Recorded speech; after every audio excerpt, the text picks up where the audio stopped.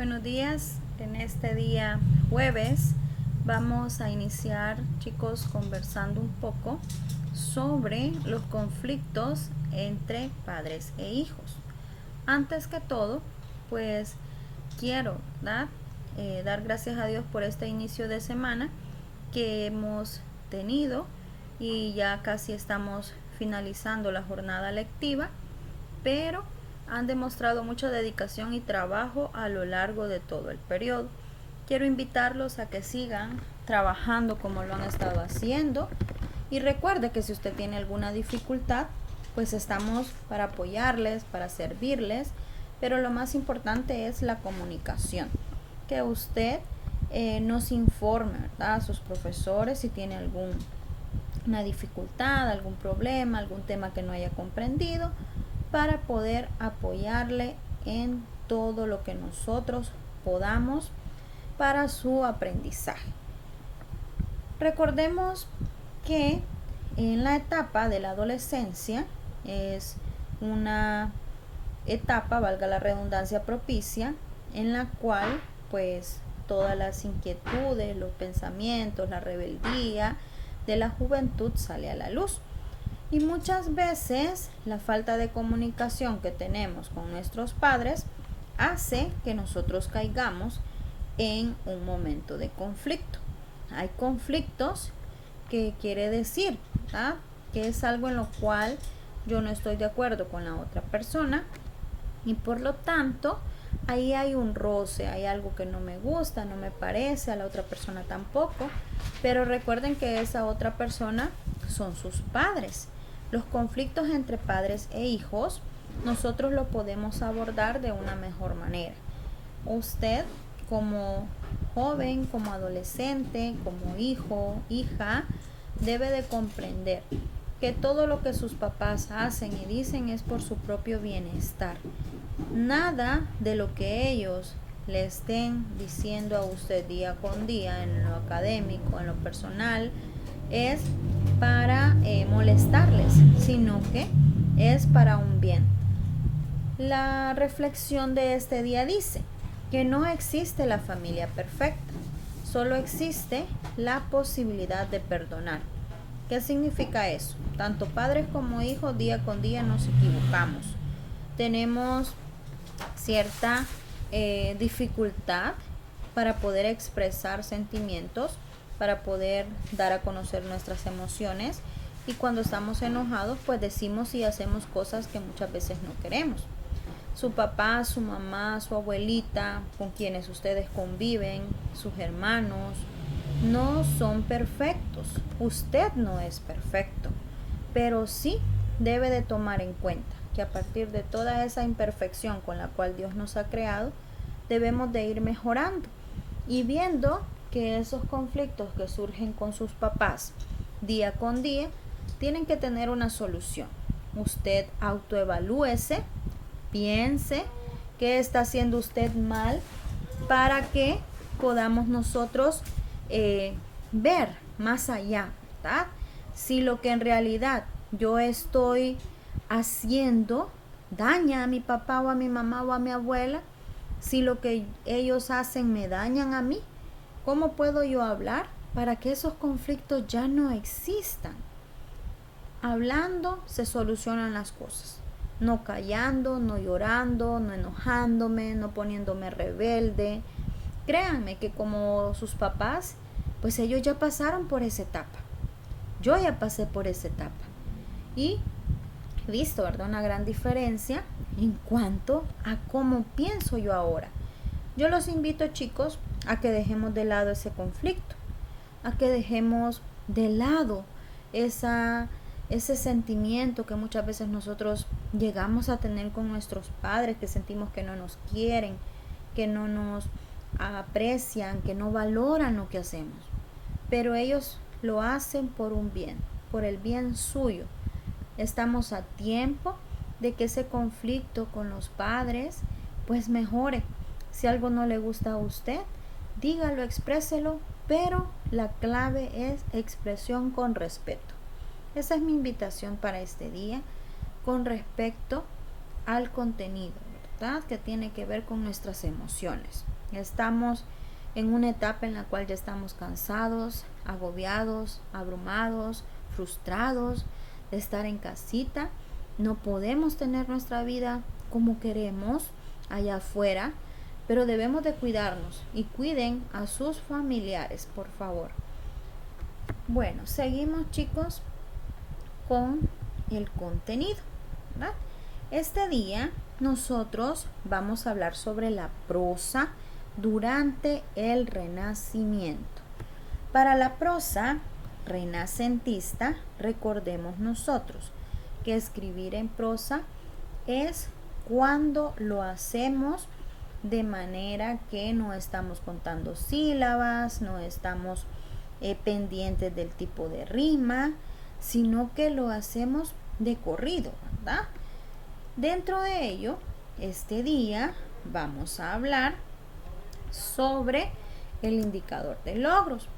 ¿Qué es lo que yo pretendo hacer para esta hora clase? Mi indicador de logro es lo que yo pretendo presentarles a ustedes, mostrarles un poquito de lo aprendido y que usted sea capaz también, ¿verdad?, de alcanzarlo. Vamos a hacer una pequeña introducción con un video y después los comentarios del video. Luego vamos a hacer ya el desarrollo, la consolidación y la parte de las preguntas y respuestas. Los invito, chicos, a que nosotros trabajemos en nuestro indicador de logros de este día para que podamos alcanzar, ¿verdad?, todo lo necesario en cuanto a ello. Como una introducción al video, quiero decirles que vamos a hablar de este tema que está presentado. La prosa renacentista, enfóquese usted a lo largo del siglo XVI. Para ello, chicos, vamos a ver la siguiente presentación a través del video, que es un video introductorio de lo que vamos a estar hablando durante estas semanas. Veámoslo y después espero que usted escriba en el chat los comentarios sobre ese video. La prosa renacentista. La prosa renacentista está dividida en la prosa didáctica, en la prosa religiosa y en la prosa narrativa.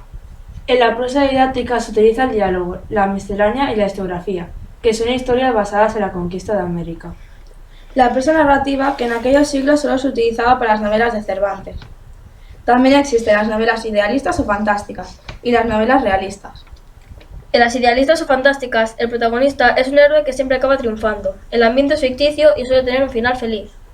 En la novela realista, el protagonista suele ser un personaje de la vida real, y los lugares y la historia reflejan la vida de la época que están. La novela que destaca aquí es la picaresca, donde está el libro de Lazarillo de Tormes. En la prosa religiosa, Santa Teresa fue un personaje muy importante para esta época. Era una doctora de la Iglesia Católica y una buena escritora española.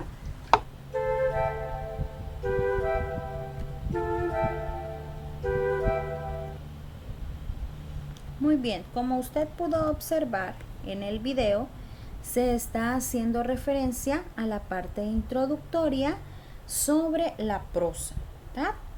Antes de iniciar de lleno con el tema, quiero decirles que nuestro indicador de logro para este día es que usted sea capaz de conocer sobre la prosa renacentista y que pueda identificar las características propias de este tipo de textos, así como conocer a dos de sus grandes representantes, el Inca Garcilaso de la Vega y Santa Teresa de Jesús.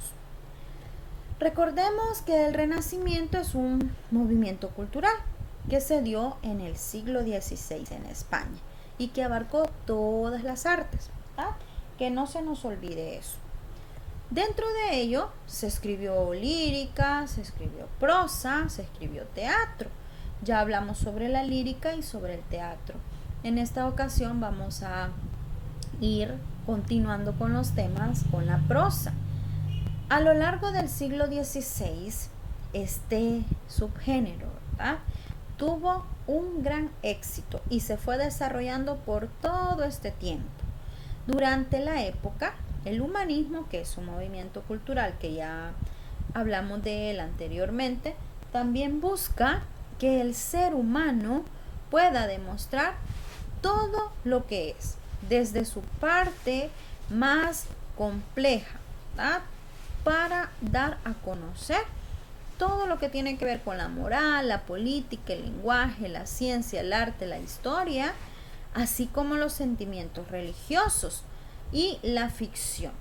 Y todo esto se agrupó en las obras literarias que hasta esta fecha llegan a nuestras manos. Es por ello que todos estos textos escritos en prosa fueron sumamente importantes, ¿verdad? Durante la prosa renacentista, nosotros vamos a identificar, como pudimos ver en el video, diferentes géneros, diferentes tendencias.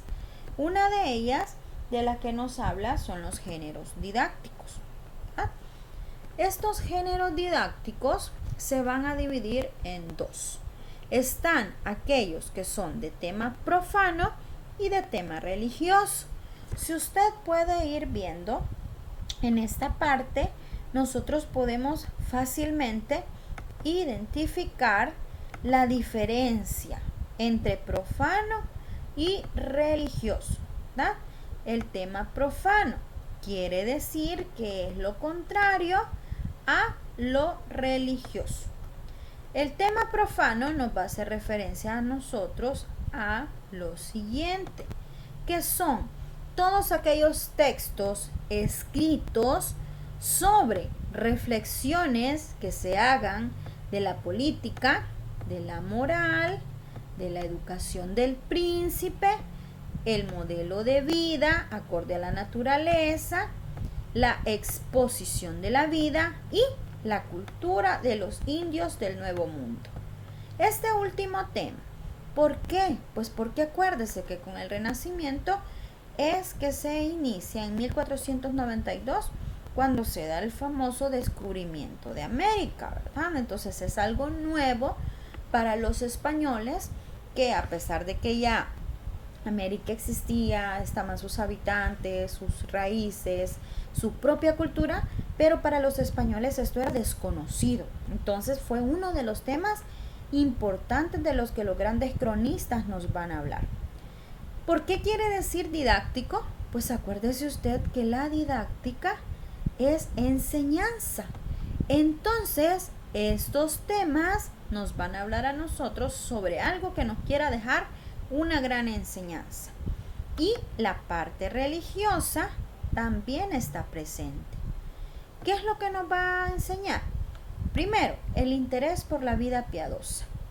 ¿Qué quiere decir esto? Que la vida, ¿verdad?, de todo aquel religioso o religiosa dentro de un monasterio, fuera de él, ellos empezaban a experimentar esa conexión con Dios. Ellos ahondaron después en esa conexión, tanto así que subliman, ¿verdad?, toda esa parte. Y llega a que estos textos fueran de interés para las personas lectoras. Y es por eso que se dieron publicación de muchos temas, acá es de libros, de tema de interés religioso, dentro de los géneros didácticos, ¿verdad? Luego tenemos, por otro lado, los de tema profano. ¿Qué quiere decir esto? Los de tema profano nos están hablando a nosotros sobre todo aquello que tenga que ver, como ya vimos ahí, de lo que hace reflexionar sobre la moral, la educación del príncipe, educación en general, el modelo de vida que se debía de tener conforme a la naturaleza. Dentro de tema profano nosotros tenemos a grandes personajes considerados, ¿verdad?, humanistas, como por ejemplo están los hermanos Valdés, está también un escritor que vamos a conocer este día, un poquito de él a profundidad, más que todo que los de los hermanos Valdés, quien es el Inca Garcilaso de la Vega. No vayamos a confundir al Inca Garcilaso de la Vega con el poeta Garcilaso de la Vega. Son dos personas diferentes. El Inca Garcilaso de la Vega fue un escritor peruano. Vamos a hablar ya de él a través de una presentación visual. Sobre la infancia y la juventud, fíjese bien de este personaje. Nace en Cusco, Perú, el 12 de abril de 1539. Y lo que se sabe, ¿verdad? Según algunos datos biográficos de él, es que este personaje transcurrió toda su infancia y su juventud en el Perú. Él estuvo con su madre, con los parientes de ella, y todos eran pertenecientes a la nobleza incaica. Tenían un rango social alto, ¿verdad? Luego, ya en la parte del padre, la familia paterna, se dice que eran los señores principales de la ciudad. Eran españoles, ¿verdad? El padre de él. Y estos estaban invitados a que fueran a distintos lugares de América. Y es ahí donde el padre del Inca, Garcilaso, conoce a la madre de él. Este autor representa el mestizaje de dos culturas. ¿Por qué? ¿Qué es un mestizaje? Pues es una mezcla de culturas, ¿verdad? En este caso, la de la madre con la del padre. Se dice que él fue hijo de un conquistador español y de una princesa inca. Es por ello, ¿verdad?, el nombre. Se representa también como un gran historiador de la época del siglo XVI, que es el Renacimiento. Y él en 1539 pues fallece en Córdoba. Ya él, después de su juventud, se traslada, ¿verdad?, a España. Fue capitán en el ejército y se dedicó mucho a estudiar, a conocer, a difundir también toda la literatura a través de sus escritos, de lo que él había conocido de los poetas clásicos, así como los renacentistas. Este escritor da mucho a expresar de manera lírica, de manera prosaica, todo lo que tiene que ver con libros que da a conocer lo vivido en el lugar a través de su intención. Una de las obras más reconocidas de ese escritor es Comentarios Reales, cuyo texto llegó, ¿verdad?, en un momento a estar prohibido en Perú y en Argentina porque hablaba sobre ello y pues no era muy acertado en cuanto a lo político, a lo social. Se consideraba, ¿verdad?, que estaba muy apegado a la realidad, pero era como una crítica hacia ello. Por otro lado, tenemos el tema religioso. En el tema religioso nosotros vamos a ver que acá todo está centrado en la vida piadosa, o sea, la piedad, aquel sentimiento que se tiene hacia lo ideal de la iglesia. En el tema religioso se dio una gran publicación de libros que tenían de índole religiosa y también empezaban a estimular la confianza colectiva hacia las demás personas, que confiaran, que creyesen, ¿verdad?, que vivenciaran lo que se estaba pasando en ese sentir colectivo. Todo enfocado hacia un espíritu de sacrificio, un sentimiento de consuelo ante la desgracia. Que el ser humano pudiera encontrar ese apego a Dios a través de lo leído. Una de las grandes representantes es Santa Teresa de Jesús. Esta autora pues nace en Ávila el 28 de marzo de 1515 y fallece, ¿verdad?, en 1582. Escribió libros con los cuales ella mostraba el camino hacia la vida religiosa perfecta. Por ejemplo, El castillo interior o Las moradas es la obra doctrinal más acabada de la escritora. Luego tiene otros libros de gran importancia, como por ejemplo el libro de la vida, en el cual pues está dando a conocer todo lo de la vida de la escritora. Es como es la autobiografía, mejor dicho, de ella, ¿verdad? Esta escritora tenía 10 hermanos y 2 hermanastros, pues el padre de ella tuvo hijos con un matrimonio anterior.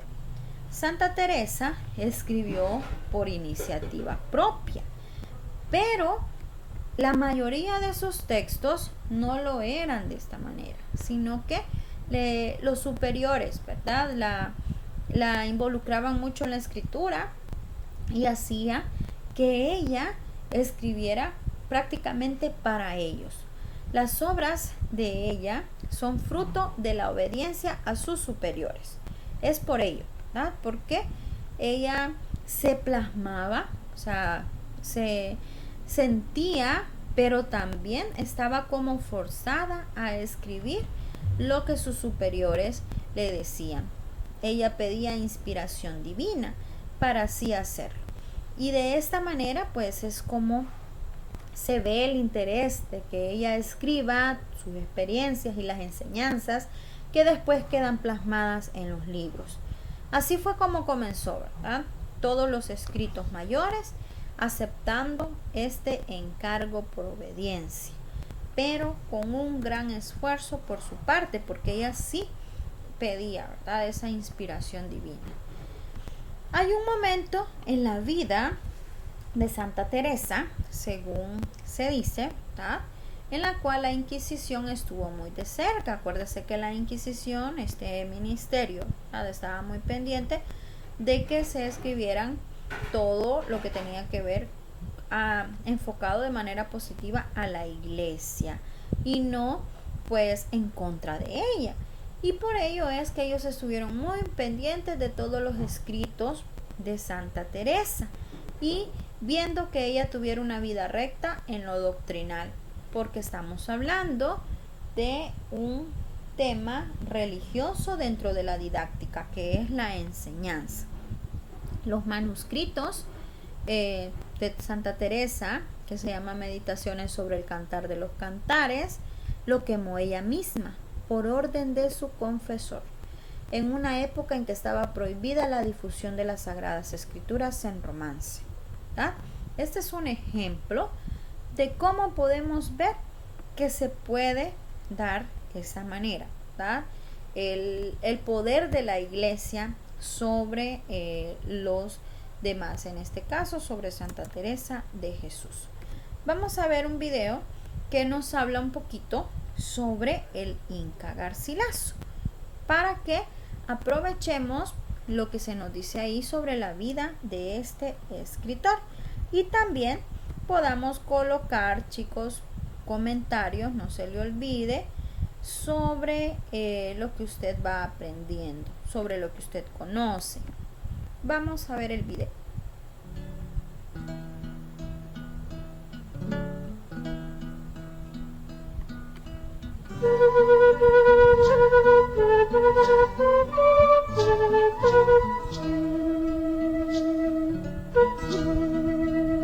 Entramos al Cuzco descendiendo desde Machu Picchu, la antigua y misteriosa ciudadela de los incas. Ha mirado durante siglos una geografía, la de Tahuantinsuyo, en la que en los primeros años del siglo XVI se desarrolló el encuentro violento entre dos culturas, la de los incas y la de los españoles. En 1532 Francisco Pizarro hace prisionero al inca Atahualpa y ordena su ejecución. El establecimiento de la conquista tiene como sede principal el Cuzco, donde se abre un largo periodo de guerras entre los españoles.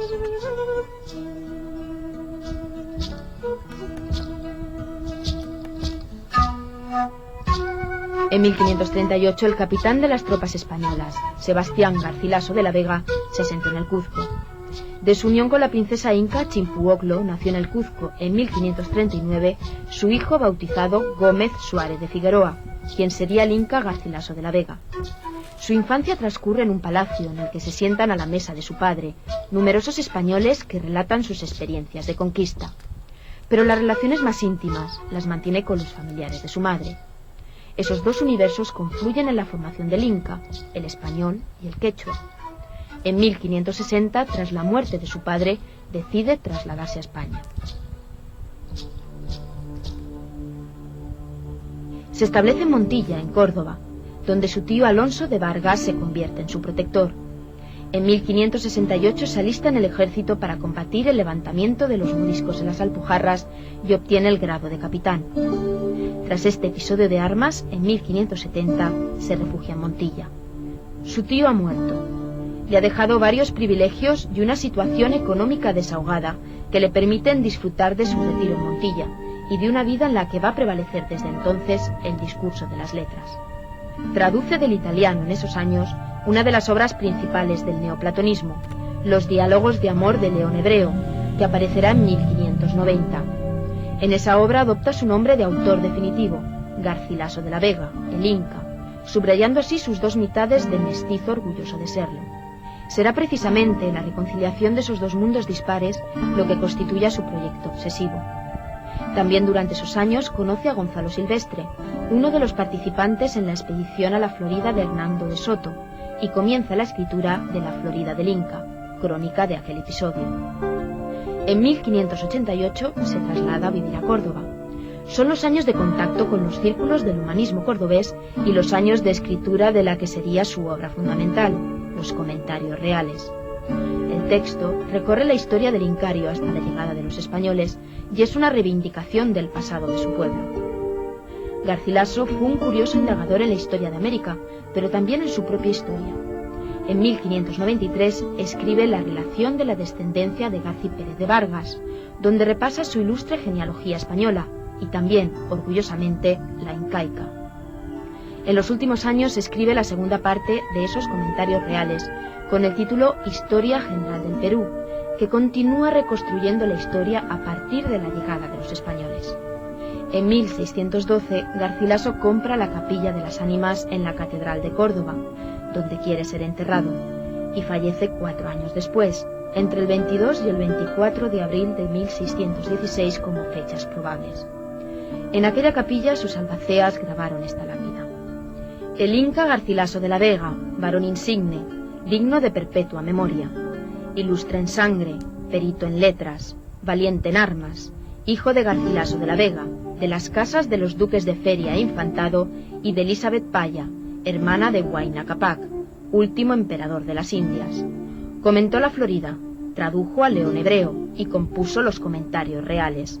Vivió en Córdoba con mucha religión, murió ejemplar, dotó esta capilla, enterróse en ella, vinculó sus bienes al sufragio de las ánimas del purgatorio.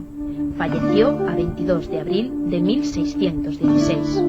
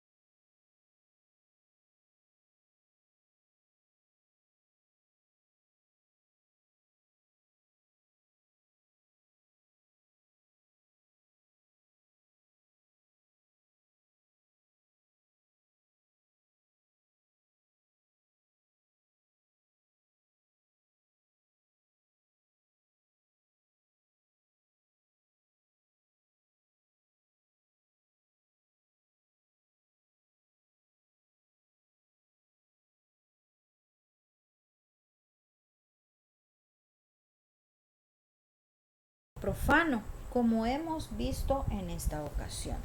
Más adelante, la siguiente semana, vamos a conocer la prosa a través de los géneros narrativos, y ahí pues vamos a hablar de la literatura de evasión, como las novelas de caballería, las novelas pastoriles o la literatura realista, con una obra que usted conoce mucho, la cual es Lazarillo de Tormes y El Quijote de Cervantes.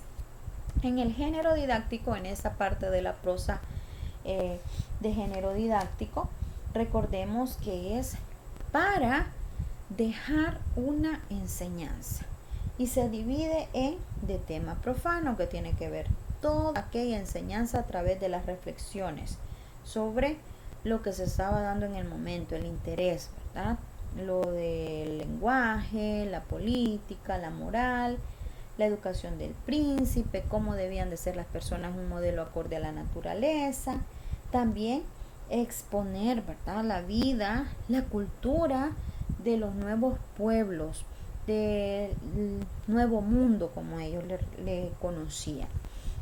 Y de tema religioso, pues tenemos, ¿verdad?, toda aquella publicación de libros, muchísimos libros de tema religioso que estimulaban la confianza colectiva, para que la persona tuviera ese sentir, ese apego a la iglesia, a Dios, esa comunión entre persona y Dios, ¿ah?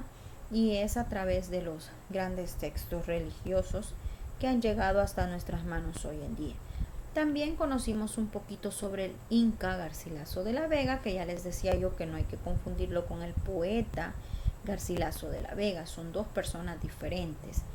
El Inca Garcilaso de la Vega pues nace en Perú, pero es hijo de español, ¿ah?, también. Y Santa Teresa de Jesús pues es una escritora que nos presenta a través de sus libros el camino hacia una vida religiosa perfecta. Escribe poesía y también textos en prosa. Los rasgos que caracterizan de manera general a este tipo de literatura es el interés por el ser humano como individuo, y estudia, ¿verdad?, el cuerpo, la expresividad del cuerpo, que fue muy importante para darlo a conocer. La obra, ¿verdad?, en general de estos autores representan a lo que estaba sucediendo en el momento, a los temas de interés, por qué la gente se enfocaba, ¿verdad?, en qué tenía que ver, por ejemplo, la moral con lo religioso. Por otra parte, hay una separación de los temas. Bueno, hasta acá, ¿verdad?, con respecto a este tema.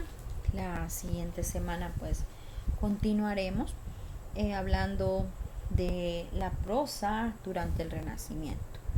Antes de terminar, los quiero invitar, chicos, a leer la obra literaria El Buscón, el libro número 1, y así poder resolver de manera crítica, analítica, comprensiva, dar a conocer sus conocimientos adquiridos a través de esta gran lectura en el control de lectura que se les aplicará en el aula virtual del colegio.